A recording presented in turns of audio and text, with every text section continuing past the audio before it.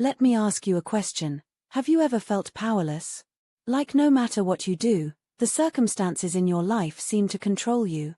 Maybe it's money, a relationship, or even something as small as your car breaking down.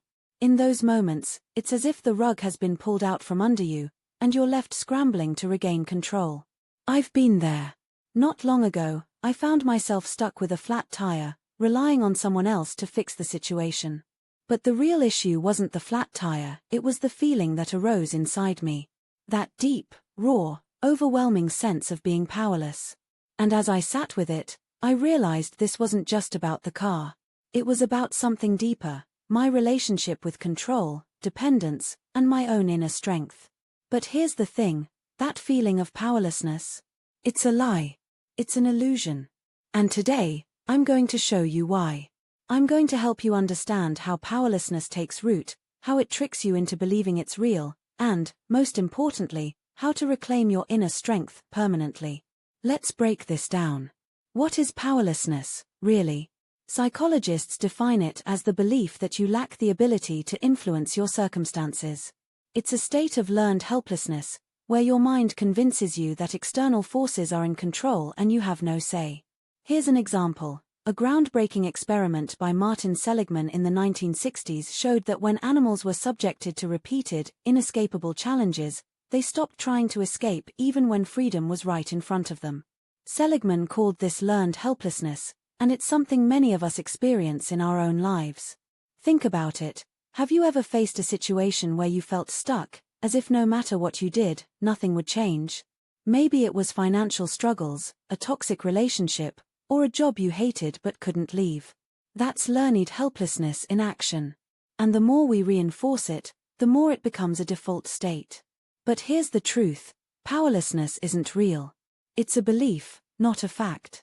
The world around you isn't controlling you, it's reflecting what's happening inside of you. So where does this feeling come from? Why do we rely so heavily on external things, money, relationships, status, to feel secure? It starts early. From childhood, we're conditioned to seek safety and validation from the outside world.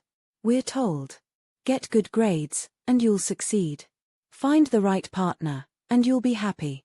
Save enough money, and you'll feel secure. But here's the problem, when we tie our sense of power to external things, we give those things control over us. And when they're taken away, or when they don't meet our expectations, we feel lost. Example: Happy Smiley. During the 2008 financial crisis, millions of people lost their jobs and savings overnight. For many, it wasn't just about the money, it was about identity. Who am I without my job? My house? My retirement fund? The crisis revealed a hard truth. When we base our sense of power on external factors, we set ourselves up for pain. Let's talk about what this dependency costs us. When we rely on external things for a sense of power, we create a fragile foundation. It's like building a house on sand, stable until the tide comes in. Here's another fact. Studies show that people who feel in control of their lives are healthier, happier, and more resilient. In psychology, this is called an internal locus of control. It means believing that you, not your circumstances, are the primary driver of your life. Contrast this with an external locus of control, where you believe that fate, luck, or other people dictate your outcomes. People with an external locus of control are more likely to experience anxiety, depression, and chronic stress. Example: Happy Smiley. Think of two people who lose their jobs. One blames the economy, their boss, or bad luck. The other sees it as an opportunity to pivot, learn, and grow. The difference? The first person is giving their power away, while the second is reclaiming it.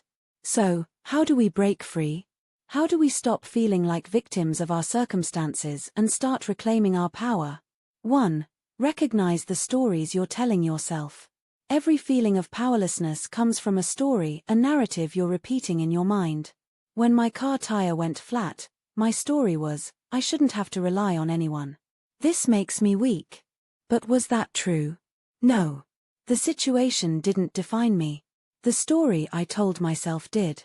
The next time you feel powerless, pause and ask, what am I telling myself about this situation? Is this story true, or is it just a belief? 2. Detach from external outcomes. One of the biggest traps is tying your sense of power to things you can't control. You can't control the economy, other people's actions, or even random events like a flat tire. What you can control is how you respond. Instead of focusing on what's wrong, shift your energy to what's possible. Ask yourself, what can I do right now to move forward? 3. Anchor into your inner strength. Your power doesn't come from external circumstances, it comes from within. When you realize this, external challenges lose their grip on you. Action step.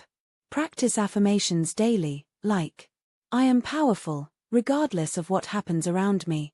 I trust myself to handle any situation.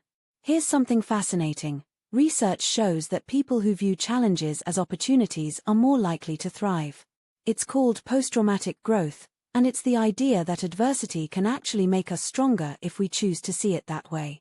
Example: Happy Smiley. After losing his eyesight, Eric Weinmeier became the first blind person to climb Mount Everest. How? By focusing on what he could do, not what he couldn't.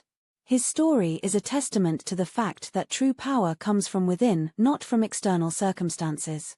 Let me leave you with this: the power you're searching for has always been within you. It's not in your bank account, your relationships, or your ability to control every detail of your life. It's in your mindset, your resilience, and your willingness to trust yourself. The world isn't something that happens to you, it's something you create from the inside out. When you shift your inner world, your outer world will follow. Thank you for spending this time with me.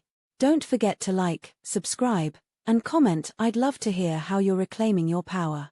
Let's take this journey together.